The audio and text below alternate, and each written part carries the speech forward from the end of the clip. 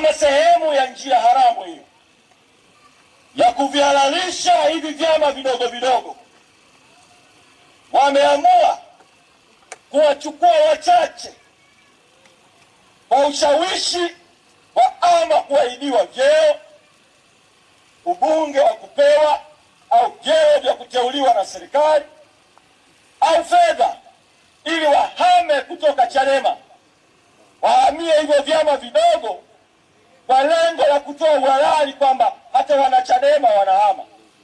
Mimi kama mtendaji mkuu wa chama nasema Chadema sasa kilipofikia sio tena chama cha viongozi wala sio tena chama cha wanachama wa Chadema.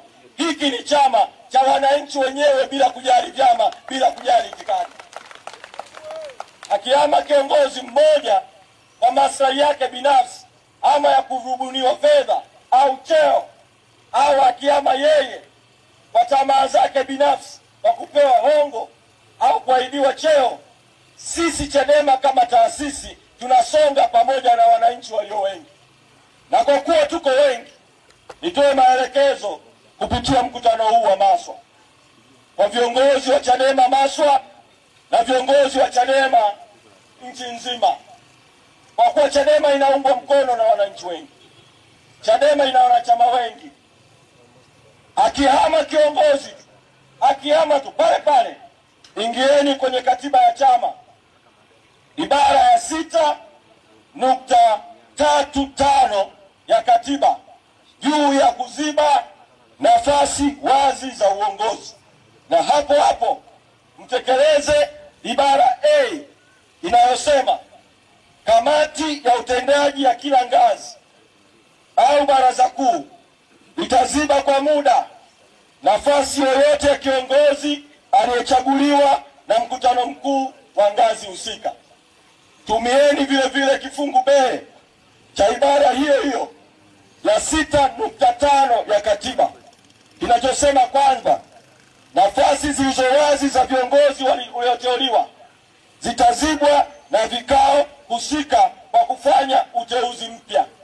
Tumieni katiba ya chama kuhakikisha akitoka kiongozi mmoja kwa kusaliti mapambano, hapo hapo aingie mwingine, azibe pengo, tusonge mbele kwenye mapambano. Usaliti ya kwanza leo duniani. Hata wakati wa Yesu Kristo, Yesu alikuwa na mitume 12, lakini mtume mmoja anaitwa Yuda Iskarioti alimsaliti Yesu kwa vipande 30 vya fedha. Na hata sasa wapo wakina Yuda Iskarioti, lakini kusalitiwa kwa Yesu hamkumzuia kuendelea na safari ya ukombozi. Alipita mapito magumu, mateso mpaka msalabani, lakini usaliti ule haukuzuia ukombozi, bali ulitimiliza. Na hatimaye nafasi hiyo Yuda Iskarioti ikazibwa kupitia uchaguzi. Uchaguzi hatukuanza nao sisi tu hapa Tanzania. Ndani ya Biblia ukisoma kitabu cha Matendo ya Mitume sura ya 1 aya ya 10 mstari wa 16 mpaka 15 mpaka mstari wa 26, utakuta mitume wakati huo wameongezeka, sio tena 12. Wafuasi hawa wa Yesu walikuwa wameongezeka, sio kupungua. Wakakaa kikao cha watu 120, wakasali kumwomba Mwenyezi Mungu, kwa sababu anayechagua kutumikia watu ni Mungu. Binadamu tunaopiga kura ni mawakala. Wakasali na wakapiga kura, inatajwa katika Biblia, wakapiga kura wakamchagua Matias kuwa mtume kuziba nafasi ya Yuda Iskarioti aliyesaliti. Yoendo wa Maswa akisaliti mmoja, zibeni pengo, songe mbele.